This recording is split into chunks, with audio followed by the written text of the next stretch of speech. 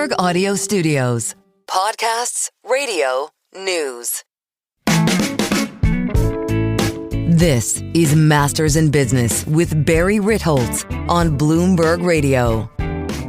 This week on the podcast, I have an extra special guest. Stephanie Drescher is Chief Client and Product Development Officer at private investment giant Apollo. She's been there for over 20 years. She spent a decade before that doing alternatives at JP Morgan. What a fascinating person. Apollo runs $840 billion in client assets, and she has really not overseen the wealth division, but also worked on a variety of geographies, new products. She's on everybody's best of list. She's been on the Barron's Women in Finance list since inception every year. I thought this conversation was fascinating. If you're remotely interested in private equity, private debt, private credit, private infrastructure, you'll find this conversation absolutely fascinating. With no further ado, Apollo's Stephanie Drescher. Stephanie Drescher, welcome to Bloomberg. Thank you, Barry. Happy to be here. Happy to have you. So we're going to get into Apollo and your investment philosophy in a bit. But before we do, I just have to start with your background. Bachelor's in Barnard at Columbia, MBA from Columbia Business School. What was the original career plan? I did always have finance in my sights. Mm-hmm. So undergrad, it was econ and psych. I joke that I use the psych in my day-to-day field way more than the econ these days. But there was always a draw towards doing something in the financial kind of arena, interest in markets and the like. So very early internships led me down that path. And I read somewhere in your background that you were particularly inspired to go into finance by your grandmother. Tell us about that. That is true. So my father's mother lived with us for a time. And believe it or not, she was born in the very, very late 1800s. Mm-hmm. And while her brother went on to become a doctor, she capped out at an 8th grade education. And so the power of education was always a core value and a focus of hers and my family. And she used to read the Wall Street Journal cover to cover every day, super smart, loved tracking stocks. And so we started to track stocks together. And how old were you at this time? I don't know, maybe 12. Okay. And in a very high-tech way, we would put it up on the refrigerator and kind of see the changes in the holdings that she had in her portfolio and sometimes overlapped with that of my parents. So that was the early start. So you get an MBA from Columbia. JP Morgan was the first job right out of school? It was, although there was a mentor, right, prior to the JP Morgan opportunity that, believe it or not, I started babysitting for this family.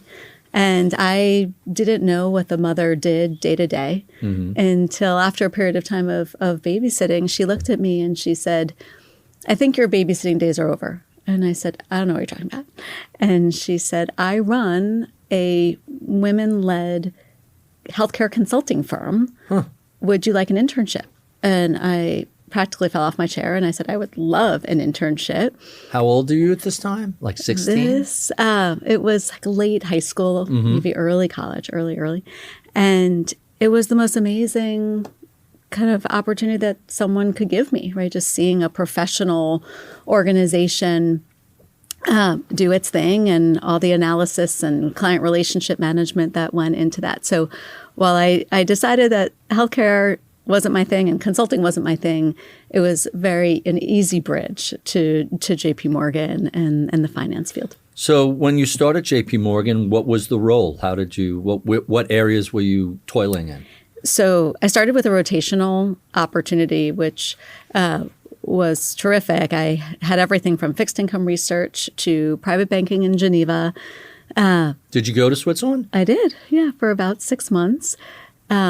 I realized that I needed to buy all of my groceries during the day because it was closed by the time I got out of work. And then I like to travel on weekends. So importantly, though, and seriously, it was a terrific time in my life to be more aware of time zones and cultural nuances and really see kind of a client perspective outside of New York and the U.S. So it's a big world. Totally. Yet it also can feel so small once you start to travel and live elsewhere. So that was a terrific opportunity. And then ultimately, out of that rotational program, ended up in alternatives within the private bank. And then we were off to the races. So alternatives way back when. But before you leave Switzerland, I recall a vacation not too long ago to Lake Geneva. And what's amazing, and we were in this hotel that used to be a castle. And like you think you have some understanding of the Gilded Age and old money. And then you see, no, we mean 500 years of money. It's just such a different, eye-opening, so different than here. Yeah. Yeah, really amazing. So you're in the alts group at JP Morgan. You stay at JP Morgan for a decade. Tell us a little bit about the work you did there. Yeah. So it was very early days of speaking to families around the world, the ultra high net worth clients of JP Morgan, about the role of alternatives in their portfolio. And I remember distinctly speaking about the core and satellite within alternatives, now kind of private markets as our nomenclature. But it gave me such a great perspective in terms of the educational kind of foundation that we needed to set first with those clients. And I see it now continuing to play out. But my time at JP Morgan, and it was a very fast 10 years and an amazing kind of training ground, was kind of an assessment of all the different private market strategies, from private equity to hedge funds to credit. And the seat was a combination of the buy side, so kind of due diligence on the managers we were going to put on platform, and then the sell side in terms of the educational component to the end banker and client. Super fun. Traveled around the world speaking about how alts could factor in to return profiles and diversification, smoother volatility, all at a time when private equity was not on the front page every day. It was very early. Let's contextualize a little bit. This is the mid to late 90s and early 2000s. The stock market was just screaming higher double digits, especially the last 4 years of the 90s.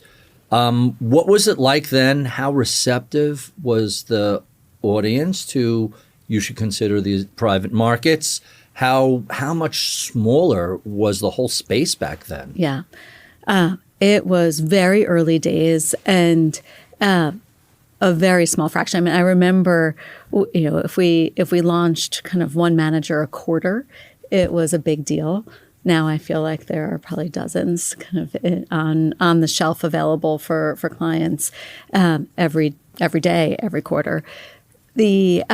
But the transformation was starting to take hold, where there were especially the large families recognizing the return potential that a manager in alternatives could provide in their portfolio.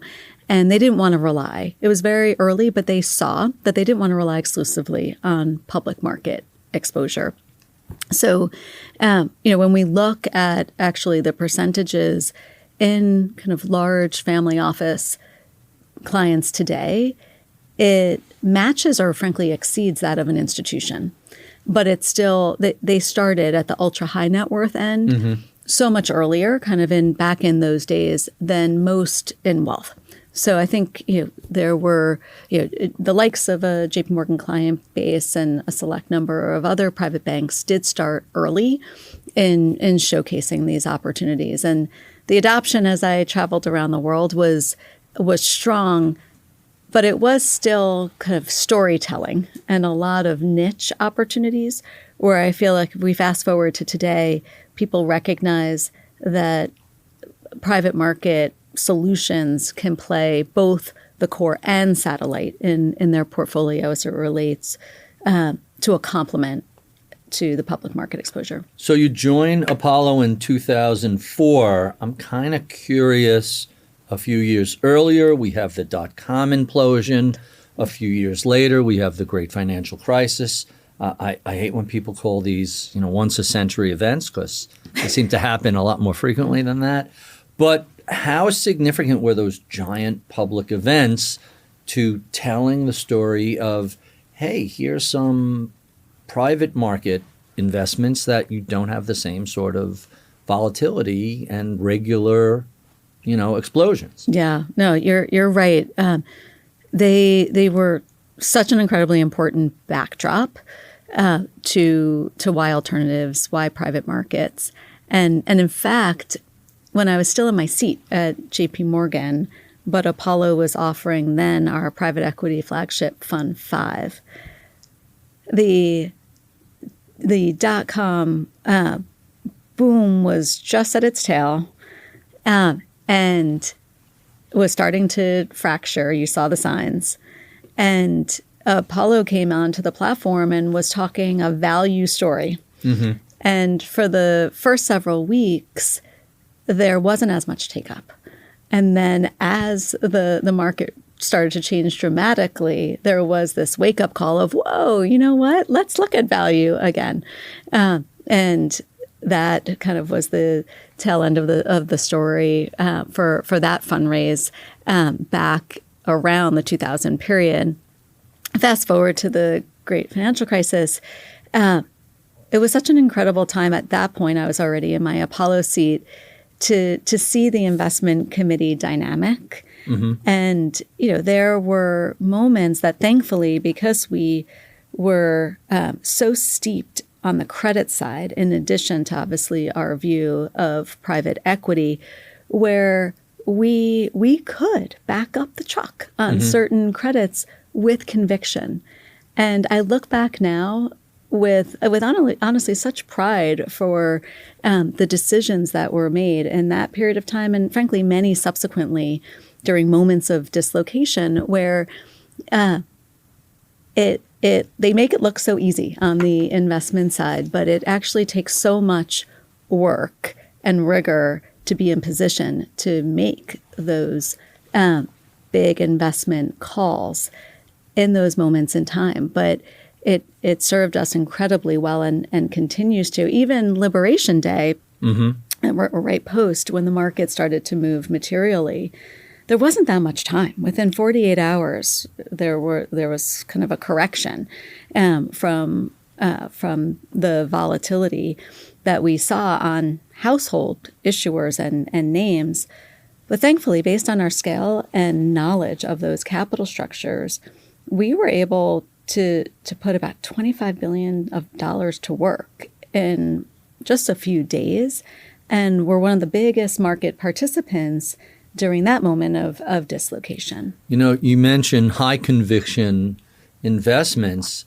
I recall in the mid to late 2000s, people tossed around the phrase toxic assets.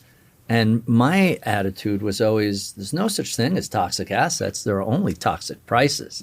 Everything discounted enough eventually becomes attractive.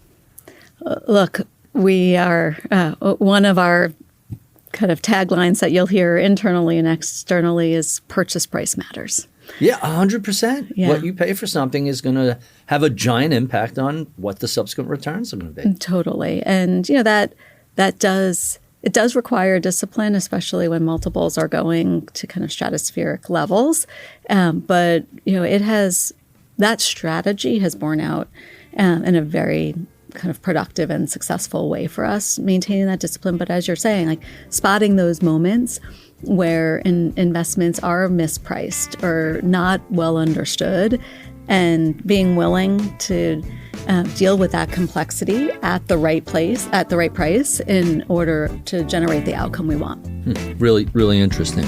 Coming up, we continue our conversation with Stephanie Drescher, Apollo's Chief Client and Product Development Officer, discussing her career at Apollo.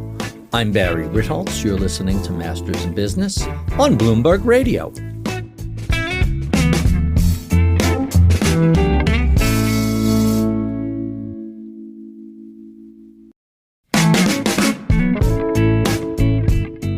I'm Barry Ritholtz. You're listening to Masters in Business on Bloomberg Radio. My extra special guest this week is Stephanie Drescher. She's Apollo's Chief Client and Product Development Officer. Apollo runs about $840 billion in client assets. So I love this title, but I got to think people are wondering, what's a day in the life of Apollo's Chief Client and Product Development Officer like? It sounds like that's a really wide bit of land. It's a fun job. So I've been at Apollo now 21 years. Mm-hmm. And when I first started, I built out the institutional side of the business globally. So sovereign wealth funds, think the DB public pension plans. And that was very much our core client base, with an episodic offering through a private bank or a wire from time to time. As that market evolved and matured into a very robust global business, it was clear to Mark Rowan, now CEO, and I, that at some point complementing that institutional business with a wealth strategy was in our future. We wanted to make sure, though, that we chose the right moment to really lean in to wealth, because it does take a massive commitment, and I'm sure we'll talk more about it. Mm-hmm. So in my role, I am fortunate enough to build out our business as it relates to our client set of offerings, our product development, as well as our partnerships with our distributors, with our investors, and just making sure that as we continue to innovate, we meet our clients where they are, and often kind of co-author the types of offerings that are most meaningful to them. So in any given day, I get to think about our set of products and what we're innovating. I get to speak with our clients and partners, existing and prospects.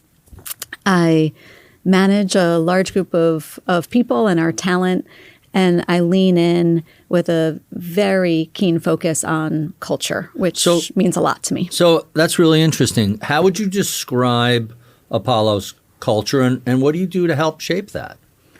So look, since the day I joined, there have been certain common themes to our culture, which I think have always kind of propelled us forward as a firm. Now public, but very much feels like a partnership. And the first one is making sure that we continue to innovate, to feel very entrepreneurial, and to empower our people to kind of find those opportunities and pursue them in an appropriate way. We manage the firm as a meritocracy, so we want to give people responsibility and let them kind of have the greatest impact that they can for their own professional careers as well as for the firm. And we want to have a winning, high performance culture, meaning, even with all the success that we've had, we want to maintain that, propel it forward, and continue that high level of performance. And importantly, we do it together. So it's not about any one person. I often say to my team, it's we, not me. And that's really powerful. So when we bring everything that Apollo has to offer, we call it kind of the one Apollo, to any client situation or any goal, we can use that power of the firm to be successful and to allow us all to win. Really, really interesting. So the biggest complaint I heard from various corporate executives during the pandemic was, how do we maintain the corporate culture we've spent so much time and energy trying to build over the years? Suddenly everybody's at home on a Zoom call in their pajamas. How do you maintain corporate culture like that? It's so important, frankly, whether we're all in the office to maintain that culture, or certainly the challenges during the pandemic. Making sure, certainly during kind of that COVID period, of creating forums, even if it was remote, to maintain the connectivity was really important, to have different, I remember many different kind of lunchtime meetings that we would have on Zoom, or our family community group would have different webinars where it was the employee as parent, and then their children, frankly, were involved as well. So I think it's kind of fostering that sense of community, even if it is in fact remote. And then thankfully, once in office, I know as I was passing through the 6th floor here at Bloomberg, I saw the very deliberate kind of floor plan that you have, and food and beverage kind of accessible to employees. Everybody has to go through 6. It causes all these random meetings that you have. Oh, I haven't seen you in a long time. How's everything going?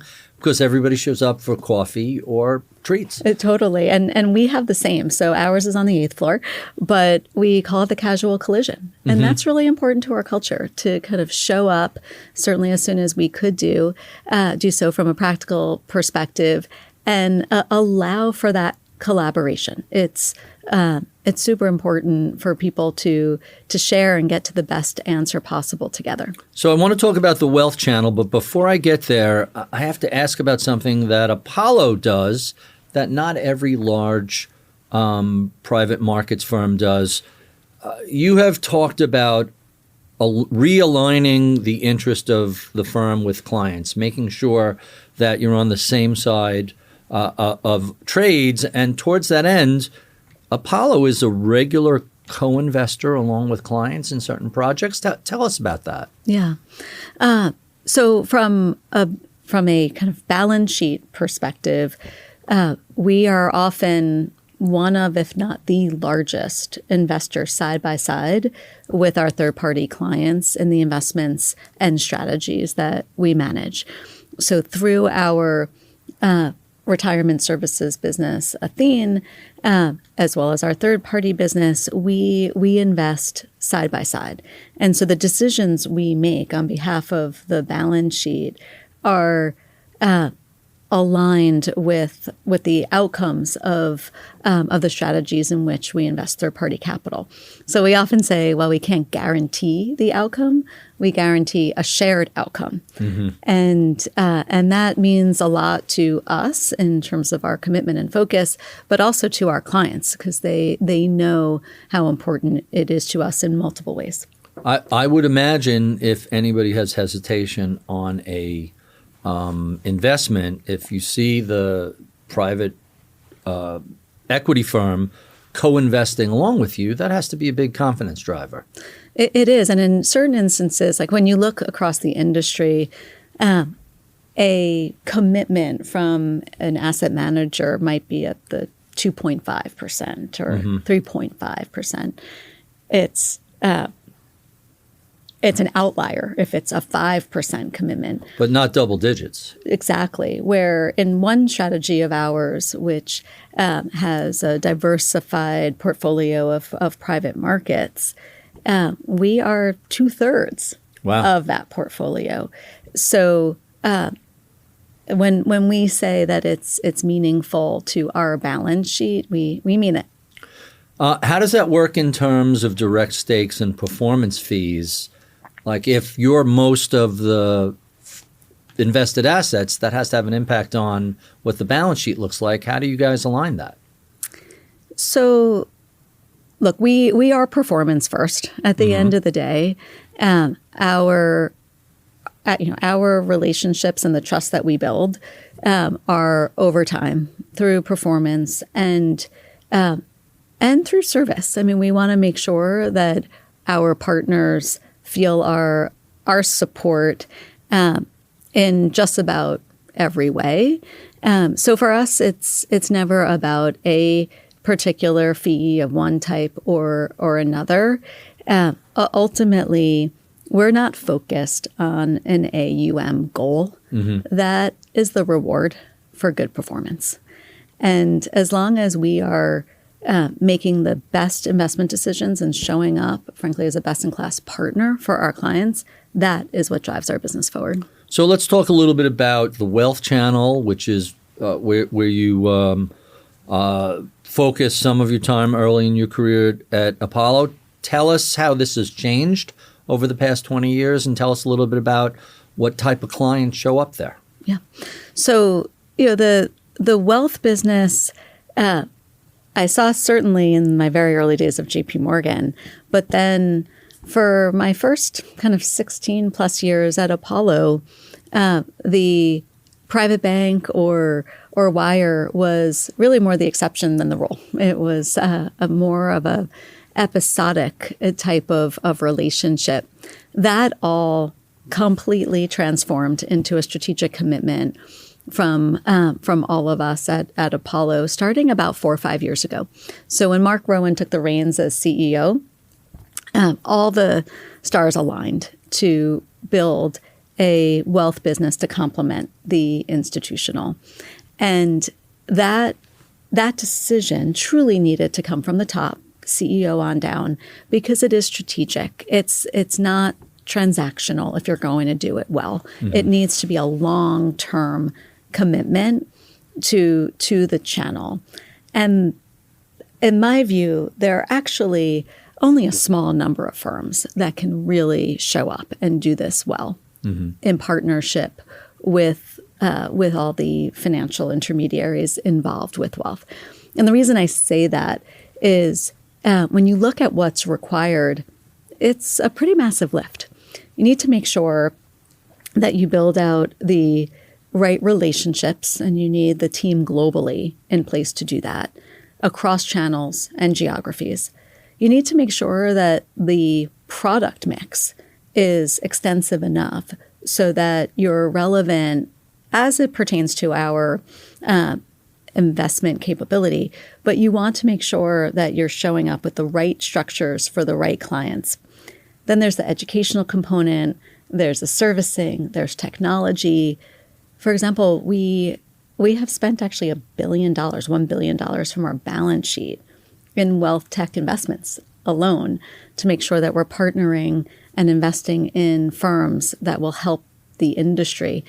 So I think there are very few that can do that well and truly meet the wealth clients in order to meet their portfolio needs. So within that channel, family offices, high net wealth, sovereign funds, are you also selling through other intermediaries like brokerage firms or RIAs? Tell us a little bit about that. Yes. So the channels represented in wealth include the private banks and wires as one channel, the independents, which includes RIAs and independent broker dealers. Family office is also kind of under our wealth umbrella. So that's the ultra high net worth space selectively. And then we have geographic focus, outside of the U.S. across EMEA and Asia. The rest of North America is covered appropriately out of Canada and LATAM.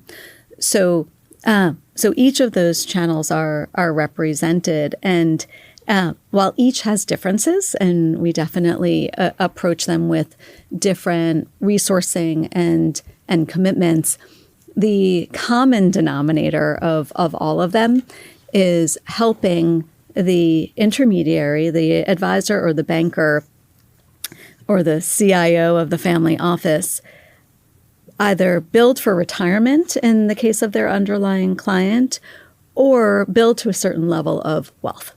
And so whether it's a wire like a UBS or a Morgan Stanley and their set of advisors, or you name kind of an RIA, we want to show up to that intermediary with offerings that are going to work for their platform and their base, and make sure that we can speak to semi-liquid as well as drawdown, and really kind of listen closely to what they're looking to provide their clients. So the challenge we always see on the RIA side is on the privates, it seems everything is sort of a one-off, and whereas on the public side, the custodianship is standardized, the reporting is standardized, all the compliance and due diligence is pretty, turnkey. Tell us about, A, the challenges of all the private investments that may not all be identical? And is there a solution out there, a platform in development that might make this more like a turnkey, more public security-like than private? Yeah. It's a journey, but I think it's already getting better. Mm-hmm. And I do see a world where it becomes so much easier, more efficient to access. And so if we look at what we're already seeing, when we think about an interval fund structure, where you can buy many different underlying strategies, it's point and click through an advisor, but it's point and click. There isn't kind of the fulsome subscription process that we've seen. There's innovation, which we have worked on in partnership with State Street, for example, where there are ETF structures of which private markets are a part.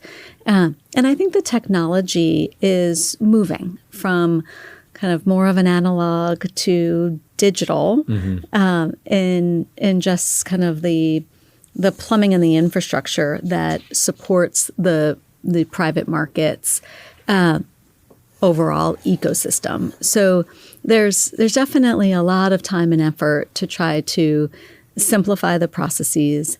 And I think it's going to go hand in hand with an evolution that's already starting, where allocators are looking to managers like ourselves to not only offer specific parts or specific strategies, but to increasingly offer more holistic solutions. So a bundle of private market solutions, which could be multi-strategy, going to eventually kind of multi-strategy, multi-manager as well, which can then be housed not only in the accounts, brokerage accounts or self-directed that we see so often today, but in a range of pools of capital in models and a number of discretionary pools of capital that are highly applicable for private markets. Really, really interesting. Coming up, we continue our conversation with Stephanie Drescher, Apollo's Chief Client and Product Development Officer, discussing the state of private markets today. I'm Barry Ritholtz. You're listening to Masters in Business on Bloomberg Radio.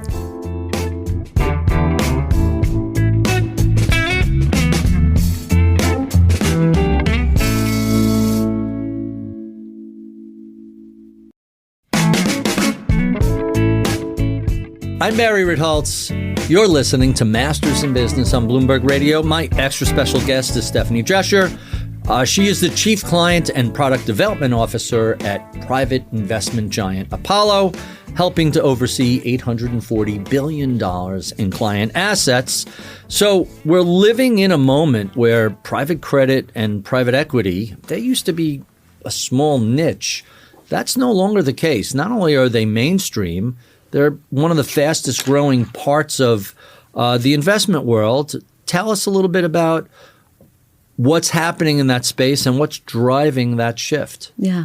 I think there's been a transformation in terms of public and private holdings in a portfolio and what does it mean to be safe or risky. I think historically people have thought that because something was liquid in the public markets, it was inherently safe or frankly safer than something less liquid in the private markets. And as we look at 2022 and frankly many moments of dislocation in the public markets, I think there's now a much clearer recognition that the public markets can be both safe and risky, as can the private markets. Because when we look at the public markets, let's say the S&P 500, for example, the performance and frankly moments of underperformance have been so concentrated in terms of the attribution to roughly 7 stocks. Sometimes people will say 10 stocks. But when there's so much concentration or frankly lack of diversification in the public markets, it creates a moment where people start to zoom out and say, frankly, what if the toolkit for my equity piece of the portfolio should have a combination of both public and private? And frankly, what if my fixed income segment of the portfolio should have both public and private? Then the toolkit for advisors and for families is much broader to create that excess return. And what we've seen is the desire to incorporate the private markets, not just as an add-on to an otherwise traditional 60-40 portfolio, but rather thinking of it as part of their core holdings in equity and debt, and now thinking simply of alternatives as an alternative to public stocks and bonds. So 60-40 becomes 50-30-20 or 60-20-20 or something along those lines? Yeah, or it could even keep whatever percentages are split between equity and debt, but have both the public and private options available within each of those percentages to maximize the return, to maximize diversification, and to reduce the volatility. It's a game changer. It's no longer a nice to have private markets in a portfolio. It's a need to have in order to meet the long-term financial goals of the client. So one of the things I can't help but notice over the course of my career, which began more or less around the same time as yours in the mid-90s, is that the total number of public equities has shrunk dramatically. Yeah. The Wilshire 5000 is about 3,400 stocks. The S&P 500, still 502 stocks because of A shares. It's a little over 500. But even the Russell 2000 and some of the other broader indexes, far fewer public names in there. How much is the shrinking of the public float driving activity onto the private side? I think it's very real. You're right. It's about half the number of public companies it was, even a couple of decades ago. At the same time, when you look at the number of companies, total number of companies globally, 90% are in fact private. So if someone truly wants representative exposure in their portfolio, it's really hard to rationalize eliminating 90% of the total number of companies out there, right? And focusing exclusively on public because it's liquid.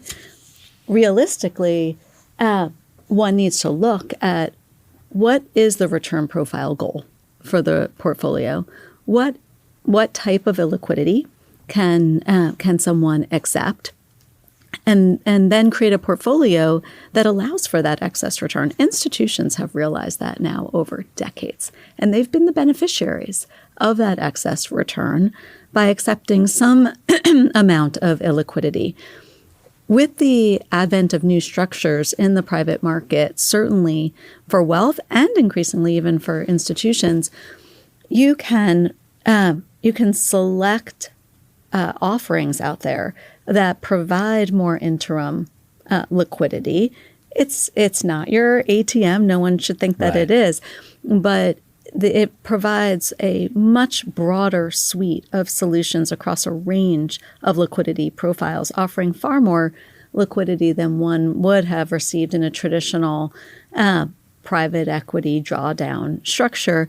In our view, as we develop portfolios with our clients, depending on what they're looking for in terms of underlying return and liquidity, we believe there's a role for a mix of both more liquid private markets structures as well as drawdown, depending on the strategy. So let's talk about liquidity and semi-liquidity as well as illiquidity. The academic perspective has always been, hey, when you're moving into an illiquid market, you get the benefit of the illiquidity premium. It's a smaller market. It's less efficient. There's opportunities to create alpha here. But the trade-off is your money is locked up for 3 years, for 5 years, for 7 years, whatever it is. When first with the semi-liquid products, are you giving up some of that upside in exchange for semi-liquidity? Our view is that the structure and the design should marry the underlying assets in the portfolio. So two-year credit notes are going to be more liquid than perpetual open-ended. Exactly. So we have, in our view, the strategies within private markets are so wide-ranging, which, to your point in terms of portfolio construction, our view is that since a private market holding can span everything from short-term investment grade credit all the way through to your traditional kind of private equity drawdown, that's a very wide range. And when you think broadly about that type of exposure, why shouldn't an allocation in a portfolio be maybe even 50% to private markets, just given the breadth and applicability of the underlying assets from the short-dated investment grade credit all the way through to more traditional private equity. But to your point, there are options where private markets can be a part of an overall portfolio, like an ETF format, where it is, in fact, daily as part of a broader portfolio. Or if you go to kind of an investment grade strategy, it may be monthly in nature. But you're right. The trade-off for stepping out a bit on the liquidity curve, albeit not too much further, is a pickup in the excess return. Huh, really interesting. I'm not going to quote you exactly, but I did read something you had said about private credit, is that you see a full-on fundamental rethink taking place in the space. Explain what you mean by fundamental rethink. The idea of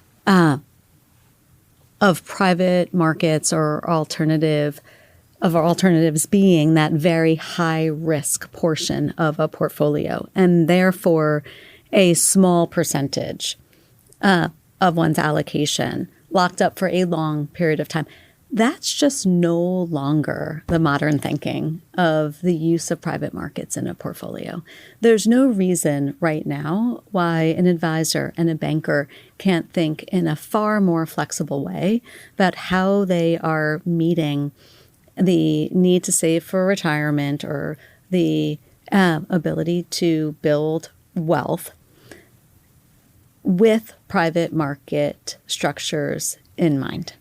So it kind of goes back to that idea of public markets being safe and private markets being risky. That's no longer kind of the thinking in the market. I think most intermediaries have really challenged that historical way of building portfolios, and they want the same benefits that the institutions have now had for decades. The reality is that the size of the wealth market in terms of assets held by families, by individuals, is about the same size as that held by institutions, right? Each about 150 trillion or so globally. The institutions right now have an average allocation of over 20% to private markets. The individual, on average, 3%. Yeah, I was going to say single digits. Clearly, it's, absolutely. And all of the when we look at the projections and a variety of war game scenarios, this looks like this is going to continue to grow over the next decade.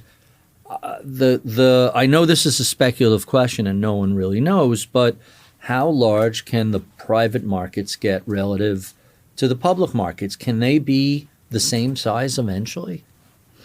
Look, our view is that origination is the great differentiator. So we focus not as kind of AUM as a limiter, but rather origination and making define that, because when I hear origination, I'm thinking not all private investments are created the same. Right. It's the ability to create proprietary investment opportunities is in our view, a huge differentiator for a platform. And we partner with financial intermediaries, and that is additive in terms of the flow of investment opportunities, but not exclusively. In fact, over the last almost 15 years now, we've built out 16 proprietary origination engines so that we can create that investment alpha in-house for the benefit of our clients. And that proprietary origination fuels our underlying portfolios, which ultimately, in our view, is critical to delivering on the return. So those 16 different engines, I'm going to assume they're each in a different type of space? Exactly. So real assets, infrastructure, private credit, private debt, which isn't always the exact same thing, private equity. There's got to be many more. What other spaces what other geographies are you looking at? What other spaces are you looking at? What's the product mix look like? Yeah. So on the origination side, it is quite broad.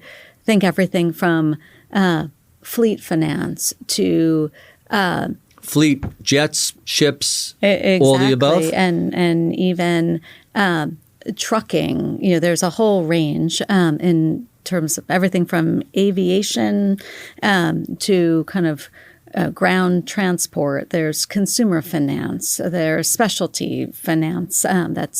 There's mortgages. So it's quite broad in terms of the reach, but it's ultimately originating the investment in what we call kind of the industrial renaissance, and the need for that private capital is real and additive to what could otherwise be found in the public markets.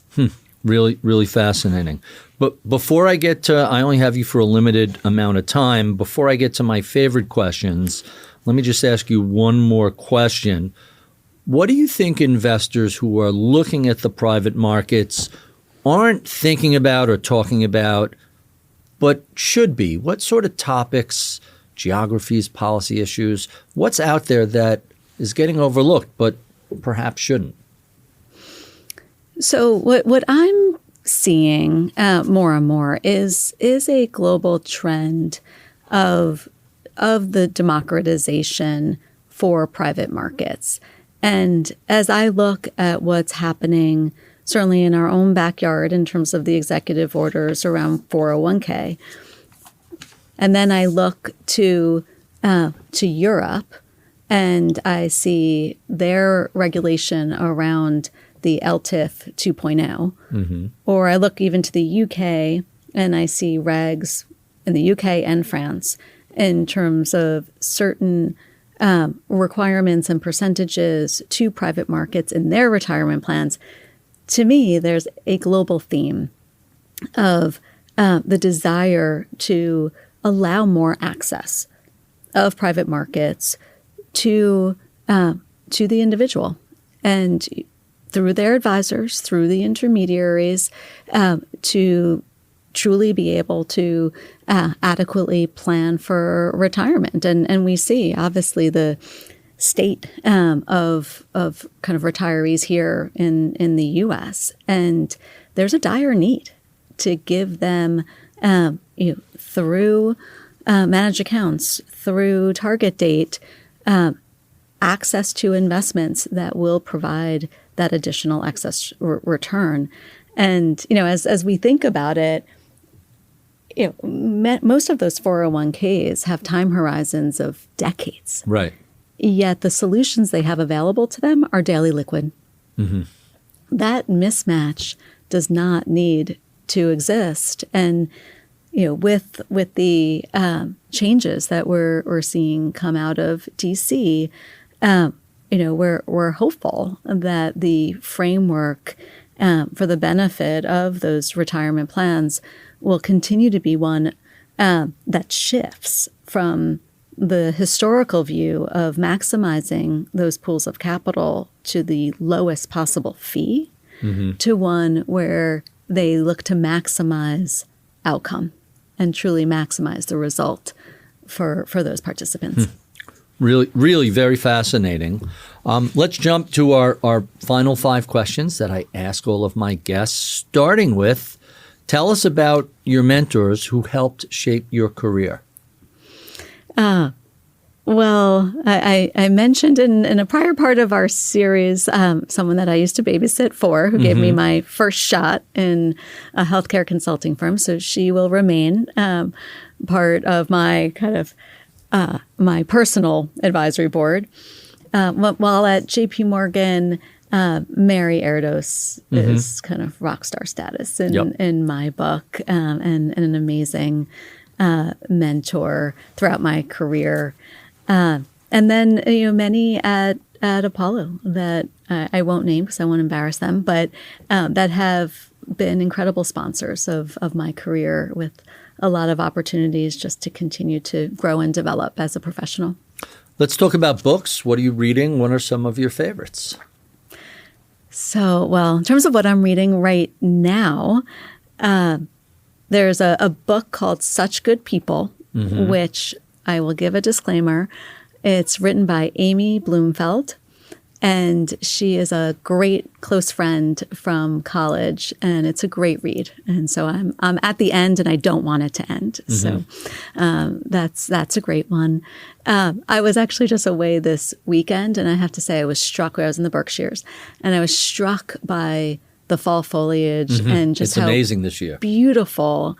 Like coming, I live and work in New York City, so seeing those surroundings and being back in nature, it did make me think of Emerson and Thoreau, who I did love, and it's been a while since I read their works, but it inspired me to go back and dust that off. Let's talk about what's keeping you entertained these days. What are you streaming or listening to? Other than you? Well, this doesn't count. Give us a different one. Okay. Well, one that is top of mind, who we actually just had participate live at a client forum of ours, is Dr. David Sinclair of Lifespan.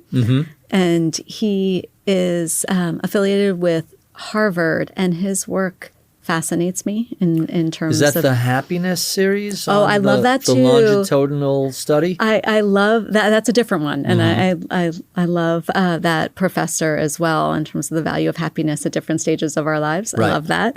But this actually relates to longevity more in terms of genetics and all the research and science and even drug development that is going into the kind of health and wellness from a longevity perspective. The health span study, is that what this one is? Yes, exactly. And research that they're already doing in terms of eyes that could have applicability to many other parts of our bodies. So I just find it kind of a fascinating field that I think will develop so much over time. And of course, from a work perspective, as I think, frankly, of the work of both of those Harvard professors and doctors, is now how does it tie into the high performance culture and mindset that we have as a firm? Like, how do we take that thinking and try to think about our own employees over time?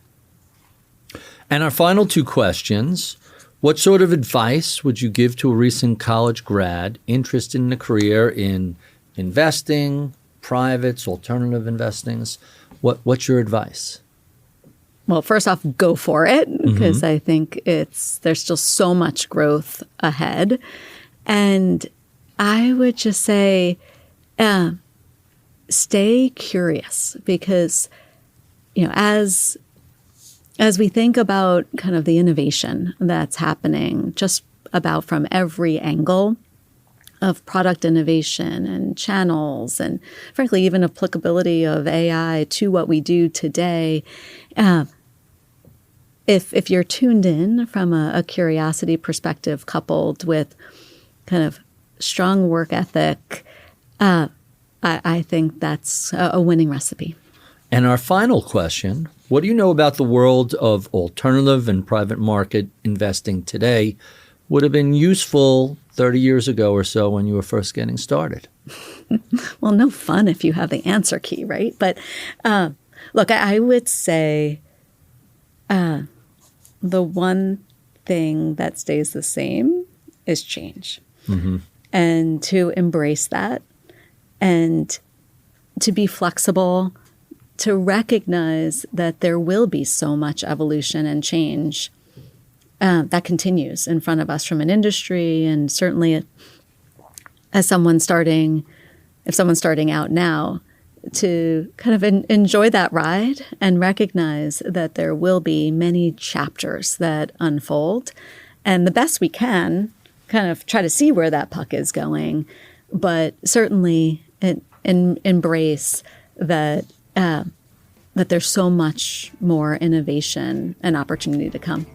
Really, really interesting. Thank you, Stephanie, for being so generous with your time. We have been speaking with Stephanie Drescher, Apollo's Chief Client and Product Development Officer. If you enjoy this conversation, check out any of the 589 we've done over the previous 11 and a half years. You can find those at iTunes, Spotify, YouTube, Bloomberg, wherever you find your favorite podcast. And be sure and check out my new book, How Not to Invest, the Ideas, Numbers, and Behavior that Destroys Wealth and How to Avoid Them, wherever you get your books at. I would be remiss if I didn't thank the crack team that helps put these conversations together each week. Alexis Noriega is my video producer. Sean Russo is my researcher. Anna Luke is my producer. Sage Bauman is the head of podcasts at Bloomberg. I'm Barry Ritholtz. You've been listening to Masters in Business on Bloomberg Radio.